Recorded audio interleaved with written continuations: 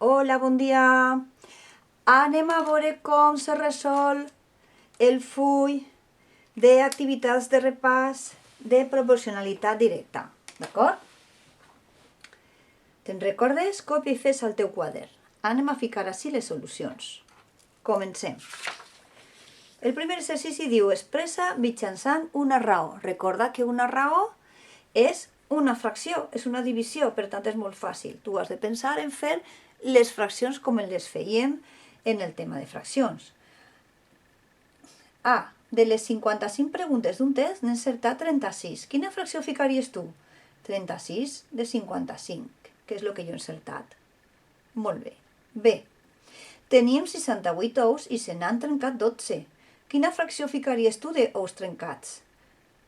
12 de 68. Molt bé. Un fruiter té 7 caixes de tomàquets i 3 de pebreres. Bueno, com no tenen res a veure una i una altra, la raó s'escriu tal qual està expressada. 7 sobre 3. I a classe, 15 alumnes fan esport i 8 no en fan. Bueno, com que és una raó el que t'han preguntat i estos no tenen res a veure perquè són complementaris, val? No és sobre un total, sinó que estos són unos i estos són altres, la raó són 15, 8. Significa que de cada 15 estudiants que fan d'esport, 8 no en fan d'esport. Molt bé, anem a veure la segona pregunta. Dels parells de raons següents, indica justificadament quins formen proporció. Recorda que formen proporció sempre i quan els productes creuats siguin iguals, és a dir, que se complisca la igualtat de les fraccions. Així que com jo no ho sé, tindré que fer un interrogant ahí i comprovar els productes creuats. 16 per 5 és igual a 20 per 4. Fem l'operació. 80, 80, pues sí, se compleix la igualtat, per tant, sí formen proporció.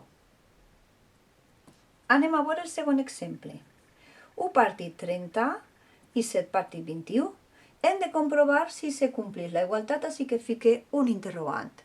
I com comprovem que són equivalents o que se compleix la igualtat? Amb els productes creuats. 1 per 21 serà igual que 7 per 30? Pues 1 per 21 és 21 i 7 per 30 són 210. No, no són iguals. I si no són iguals, se fica un igual tachat. Si no se compleix la igualtat, no. No formen proporció.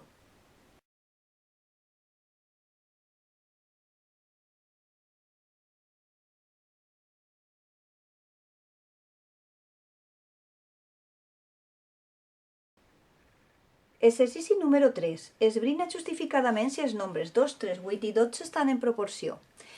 Per a estar en proporció, han de complir-se que les raons de les dues primeres quantitats siga igual a la raó de les segones quantitats, de les últimes, d'acord? És a dir, hem de col·locar 2 sobre 3 i veure si és igual a 8 sobre 12.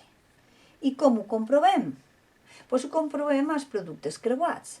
2 per 12 és igual a 3 per 8, a veure, 2 per 12, 24, 3 per 8, 24. Sí, són iguals. Per tant, aquestes 4 quantitats sí estan en proporció. Exercici número 4. Completa la taula sabent que les dues magnituds són directament proporcionals. Agarra una parella que tingues relacionada. Per exemple, aquesta. O aquesta també, que te l'han ficada. Són directament proporcionals. Fixa't, al multiplicar per 3 la superior, 2 per 3, 6, multipliques per 3 la inferior, 3 per 4, 12. Doncs és molt fàcil intentar relacionar aquestes quantitats amb aquestes parelles. Per exemple, 2 per 6, 12. Doncs per a trobar-ne la de baix és multiplicar també per la mateixa proporció per 6. 4 per 6, 24. O bé, 2 per 7, 14. Doncs 4 per 7, 28. La següent. 26. 2 per... Pots trobar-lo en la calculadora. 26 dividit entre 2 dona 13. Pues 2 per 13, 26. Bueno, pues 4 per 13 seran 52. I la última quantitat és 15. I esta me costa un poquet més de trobar, perquè, claro, no és múltiple de 4, ni de 12, ni de 24. Este me costa un poquet més. Se pot fer de dues formes. Una, intentar endevinar per quin número de multiplicar perquè me doni 15, que seria fer una divisió. 15 dividit entre 4 i dona 375. Això significa que si multipliques per 375, 4 per 375 me dona 15. Per tant,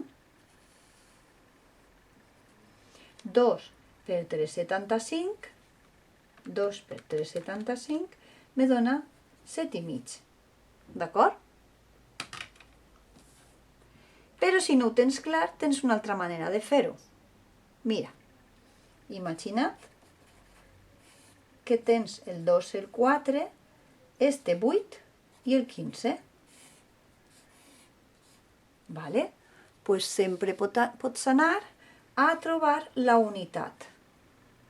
Si jo trobo la unitat del de baix, que és el que m'interessa, vale? He de dividir per 4 per a que me doni 1. He de dividir per 4 i me donarà la proporcionalitat, 0,5. I ara, per a poder arribar al 15, multiplique per 15, 1 per 15, 15, i 0,5 per 15, 7,5. També funciona. A això se li anomena reducció a la unitat.